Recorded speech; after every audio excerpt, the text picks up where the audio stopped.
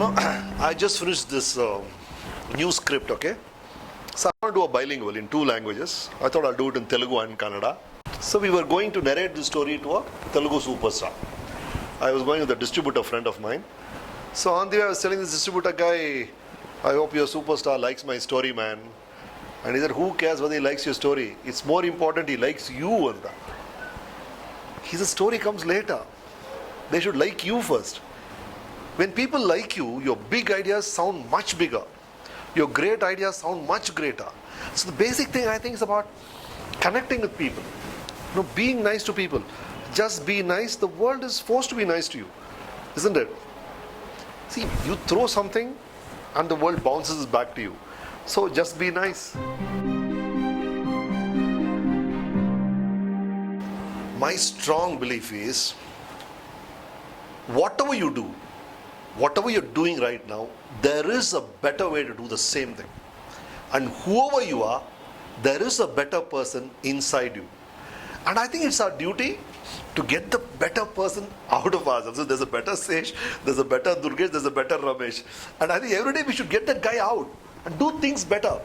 The things that we are doing, our knowledge, our relationships, everything we can do it better than we are doing now. So I think the whole journey is about being the best version of yourself in your work, in your life. So these are the only two things. Can I use this? Yeah. The first thing is be the best version of yourself. Second thing, build rapport. Connect truly. And then the rest simply falls into place.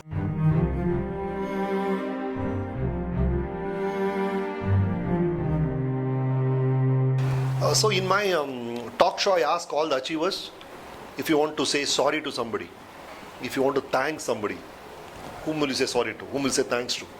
And invariably the thanks list has your parents, of course, your mentors, all those guys who helped you, your colleagues. But I think if somebody would ask me, whom would you like to thank? Of course I want to thank my parents, I want to thank my wife. Along with that, I would like to thank my own younger self. Because when that 18-year-old, 20-year-old guy, he started reading books. He started, doing things very sincerely. He was so bloody disciplined. So I think all of us should do things which your older self will thank you for, whatever age you are in. You're 30 years old, 20 years later, let's say, the 50-year-old looks back and says, thank you, Durgesh, you take care of yourself. No, you didn't screw up the body, you didn't drink and make my liver go wrong. That guy should thank you after 20 years. Whatever you did, he said, good, you took a decision when you were 30 to do something solid with your life. That I have such a big house now, I have all the great things of life, because you worked hard when you were 30. So I think you owe it your older self to do things right now, isn't it? In fact, when you take a loan, you go to a bank or you take so much of loan from somebody, what are you taking a loan about? You are sure that you will pay it later. I don't have the money now, but 10 years later, I'll be comfortable to pay this loan. That's your thinking. So you're basically taking a loan from yourself 10 years away, 20 years away. So that person has to be fit. So it's your first point, never to abuse your body or your mind. And do all the best things you can, because 20 years later, your own self will thank you. Imagine you're an old man, 60, 70 years old. You're walking, limping with a walking stick. And suppose you're a great dancer and you never used that idea. You never danced. That talent will come next to you and say, what did you do, man? You became old, but you killed me. If you are a good businessman, you have a good business mind and you didn't use it, he will come and curse you. He said, what did you do to me? You died, okay. You became old. But why did you die? Why did you kill me? You had such a talent inside you. You could have been a great entrepreneur. You could have been a great director. You could have been a great actor. You didn't do it. You don't want your older person to curse you, isn't it? So you got to do it now.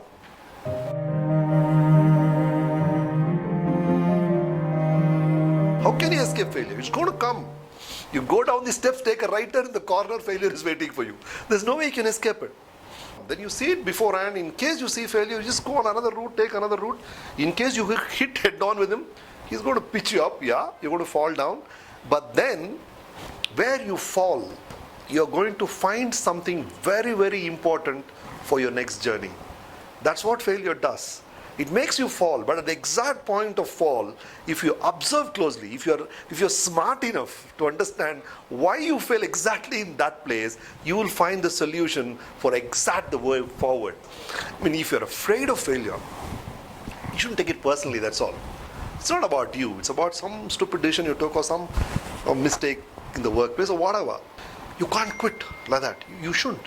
I mean, if you're just bothered about flops all the time, how can I make films? You know, I give hits, I give flops, I make average films, but I keep working all the time. What exactly is a success story? You promise something and you deliver the promise. Next time he comes back to you, you promise more, deliver more if possible, plus more. And every time you're actually building a layer of trust. You build a layer of trust, another layer of trust, another layer of trust, another layer of trust, and you have a mammoth trust on which you're sitting. Quality that you promise in your work, in your attitude, in you as a person, you keep on delivering every day, every minute. You keep delivering the promise. Basically, success comes down to that trust others have in you, in your work. And that comes back in whatever material things you want, or the respect you want, whatever way.